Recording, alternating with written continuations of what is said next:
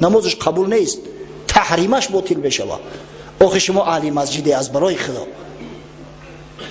آخه من نمیگم تازه و آزاده نپوشه، پوشه، خشرو پوشه، همین شیم کستون چیزی اون داره، کرته های تازه و آزاده کشاد خشرو چیزی اون داره و پوشه یک جوان مردی ختونه زیباگی ختونه نشان بتین. یا الله این چی تقلیدی کرکرانه است. واقعا در پوشیدن لباس تکبر نیست، افتخار نیست. متاسفانه بعضی مردم ما نمیفهمن، میگن این فخر افتخار میکنه لباسی تازه میپوشن. نه، این فخر افتخار نیست، این اثبات مسلمانی است. این اثبات آن است که خدای تعالی نعمتم داده است، من شکرگزاری نعمت خدا را میکنم. در حدیث اومده است، حضرت عبدالله ابن مسعود روایت میکند، حدیث امام مسلم در صحیحش آورده است. حضرت گفت لا يدخل الجنة من كان في قلبه مثقال ذره من کبر. هر کسی که در دلش مقدار یک ذره از کبر باشه داخل جنت نمیشود، خداوند او را از جنتش محروم میگردونه. یک مرد میگه ایستاده بود، گفت یا رسول الله ان الرجل يحب ان يكون ثوبه حسنا و نعله حسنا. گفت ای پیغمبر خدا، مثلا بعضی مردهایی هستن که میخواهن که لباساشو تازه و آزاده و خوشرو باشه، پاپوشی های تازه و آزاده و خوشرو داشته باشن، همین کبر است. حضرت رسول الله صلی الله علیه و سلم در جواب فرمود ان الله جمیل یحب الجمال. ای مردم ساده، گفت خدا جمیل است، زیبا است، خدای تعالی زیباگی را دوست می‌داره. الکبر بطر الحق، کبر پایمال کردن حق است. کبر حقیر ناچیز شماریدن مردم ای، تحقیر مردم مسلمان ای. کبر پوشیدن لباس خشرو و آزاده نیست. مسلمان باید لباسش تازه و آزاده باشه، باید سر دهنش تازه و خشرو باشه.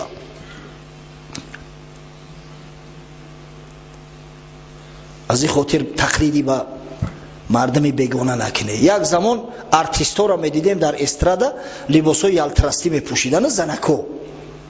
امروز بچه ها مایکه میپوشن از برای خدا، در افتاب 100 رنگ قطی میدرخشه. بچه را زیبش اون نیست. زینت جوان مردی در لباسی یلترستی نیست. ای مردم، نخود جوان خچه با همون رقاصه ها قیاس کنه، نخود خچه شبیه رقاصه کنه.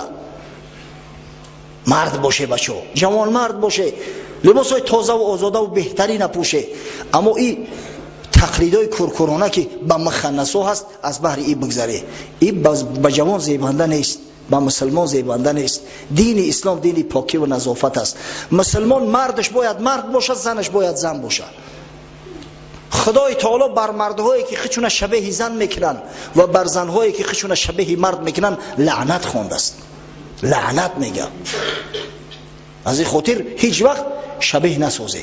از فرصت استفاده برده به خواهرام مراجعت میکنم، به همه خواهرای مسلمانمان، خواهرای تاجیک ما، خواهرای ازبک، دیگرها که در این سرزمین زندگی میکنن، پدر و مادر مسلمان دارن، از برای خدا از خدا شرم بداره.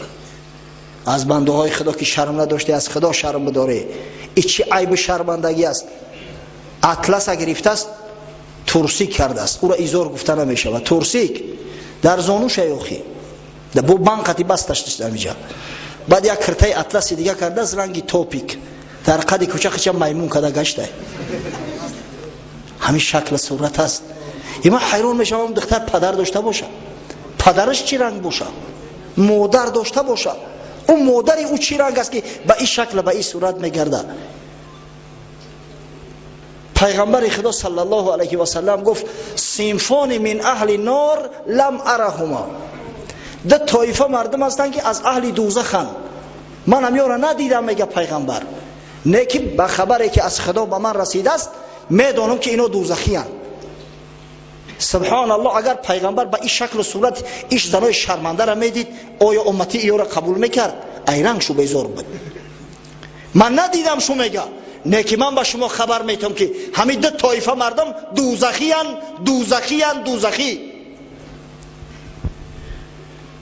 قوم معهم سیات کاذناب البقر یضربون به الناس. گروه اول قومی که در دستشو دوبینکه دارن یا شلاق دارن، مثل دنبگاو که با اون مردم هم میزنن. و نساء کاسیات عاریات ممیلات مائلات رؤوسهن کاسنبة البخت المائله. طایفه دیوم، زنهایی که اگر چند لباس بپوشن اما در معنا لچی برهنه، او لباسی و لباس نیست. زنهایی که از شریعت اسلام دور شدین، دیگران را با از شریعت دور میگردونن. هم خود دور شدین، هم سبب دور شدن دیگران میگردن. سراشو مثل کوهان شتر،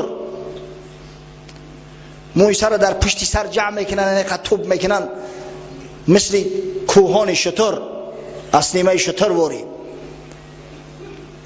وقتی که موی سر در پشت سر جمع کرد دیگه اون رمال میبند آخی سر علیش میکنن با قواری. لا یدخلن الجنه، دو طایفه داخل جنت نمیشوند. ولا یجدن ریحها و این ریحها لیوجد من مسیرت کذا و کذا و فی روایت من مسیرت 500 عام. این طایفه ها میگه این دو طایفه داخل جنت نمیشوند، حتی اینا از بوی جنت محروم هستند. بوی جنت از مسافه 500 ساله راه استشمام میشود، این دو طایفه مردم از بوی جنت محروم هستند. پس بخد بیای خواهرای عزیز، آخه شرافت شما در عزت شما است، شرافت و آبروی شما در پوشیدن و استوره بدن شما است که یک از حرمت احترام تو میکنه. با این شکل صورت در کوچه میبره که شما را احترام کنه، کی احترام تو کنه؟ بعضی جوانان شکایت میکنن که امروز جوانای ما بی ادب شدین، زنهای شودار هم گپ میپرتوین. ای کجا میفهمه که این زن باشه به همین شکل صورت میگرده آخی در کوچه؟ از برای خدا هشتونه در سر تو بگیره ای مردم مسلمان. آخی ما میگیم ما عرف و عادت ملی داریم، ما تاجیک مسلمان هستیم، الله اقل ما عرف و عادت ملی خودتون رعایت کنه. این چه حال زار است؟ این چه حال زار است؟ همین رومال با کی زیان کرده است؟ رومال حسن کی را کم کرده است؟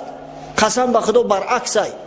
یکی از سبب‌های آن که در اروپا در تهلکه غلطیدن در بعضی ممالک در جاهای جمعیتی دیگه سطر عورت منع میکنن، حجاب منع میکنن، اون است که دیدن که زنهای اروپا حتی مایل به سطر شدن. اوزن وقت مستوره باشه ببینه چقدر شرافت آبرو داره، هر کس جرأت نمیکنه به پیشش نزدیک شود. پس آبروی شما، عزت شما، تمدن شما، کلتور شما در سطر عورت است. زنهای عزیز و پسرای مهربان، اگر کرده صاحب تمدن است، اگر نکرده یک مقلد است. این تقلیدش میمون هم کرده میتونه. برای تقلید کردن یگان عقل فراست در کار نیست. شرق را از هم برد تقلید غرب، باید این اقوام را تنقید غرب. حضرت علامه اقبال لاهوری شخصی که تعلیم اروپایی داره، شخصی که در اروپا خوانده است، ما و شما را تحذیر میده که شرق تقلید غرب از بین میبره، نست نابود میکنه.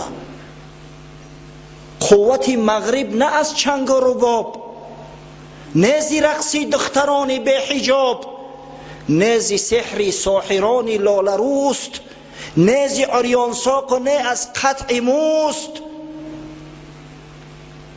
قوت مغرب زوری اروپا و امریکا از سینتزاتر نیست، از گیتار نیست، از رقص او دخترای فاحشه نیم برهنه نیست، از کازینو و نشینای کلوبا نیست، از بریدن مو پرچاسکا و سریلیچ کردن و کونیلیچ گشتن نیست. قوت مغرب از علم و فن است، از همین آتش چراغش روشن است. زوری اونو تواناییش و اقتصادی به قوتشو از علم و دانش ای. مدنیت در آموختن ای، در تعلیم ای. مدنیت در تقلید کرکرانه و میمونوار نیست. قوت مغرب از علم و فن است، از همین آتش چراغش روشن است. حکمت از قطع و برید جامه نیست، مانع علم و هنر عمامه نیست. هیچ وقت سلام مانع علم و هنر نمیشوه. سر تلیچ کردی و موی سر تبریدی تو کلتور نی نمیشای هیچ وقت. مدنیتی تو، علمی تو، دانشی تو، فراستی تو در علم تای، در تمدن تای، در عقل فراست تای. ای جوانی عزیز، علم و فن رو ای جوان شوخ شنگ مغز می باید نه تقلیدی فرنگ. برای علم و فن عقل در کار، مغز در کار، کوشش در کار. با تقلیدی فرنگ هیچ وقت صاحب علم و فن نمیشه، هیچ وقت.